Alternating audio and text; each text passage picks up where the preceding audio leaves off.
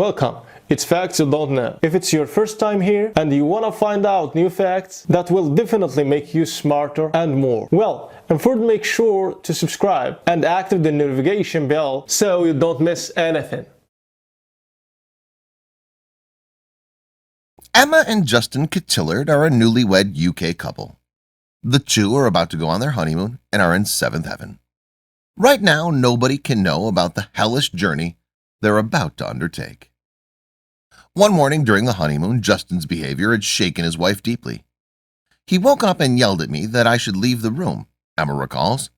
At the time, the woman, now 34, was in the 7th month of pregnancy. When she asked what was happening to her husband, Emma had received a response that paralyzed her. He couldn't remember that I was in the 7th month of pregnancy and that we were married, says Emma. He thought I was a perfect stranger. The couple had therefore had to return home. A CAT scan showed that Justin was suffering from an aggressive and deadly form of brain tumor. The glioblastoma is indeed treatable. Thanks to surgery, chemo, and radiotherapy, the man could probably have lived at most for a couple of years. A devastating diagnosis. Due to the severe psychological stress, Emma had given birth to little Mia 5 weeks before the expected date. On the same day, August 17, 2015, Justin started radiotherapy. At first, he was only allowed to see his daughter on weekends. After 4 months, however, the tumor had not regressed. On the contrary, it had spread. It was the most aggressive cancer doctors had seen in the past 10 years. In October 2015, the end seemed near. Emma remembers that doctors advised her to take her husband home if she wanted him to die in a family environment. He didn't have more than 2 weeks to live. Yet against all odds, Justin had managed to live another 7 months, celebrated his 30th birthday, and even Christmas. Eventually, he'd been placed in a terminally ill ward.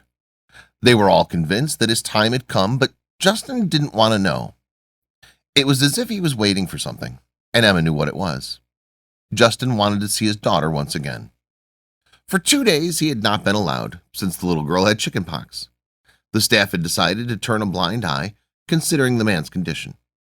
I went back to his room to tell him that Mia was coming and that it would be a moment that he let himself go. He knew that our daughter was better, he could die. Since her husband's death in May 2016, Emma has dedicated herself to brain tumor patients and their families through the nonprofit organization Brain Tumor Charity, which operates in England. Brain tumor at an early stage has no symptoms, so very often those who suffer from it do not know that they're sick. Emma's goal now is to let as many people know about those signs that might seem harmless. For example, in Justin's case, there had already been episodes of change in mood that should have alarmed the family.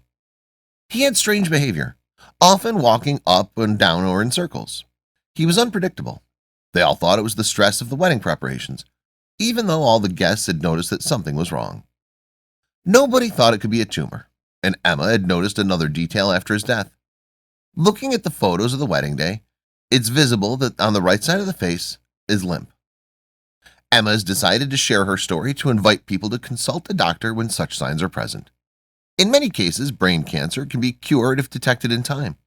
And even in the case of glioblastoma, life expectancy is not terrible if the therapy is given on time. Thanks for watching. Please like and share the video in social networks. We'll be right back to you as fast as we can.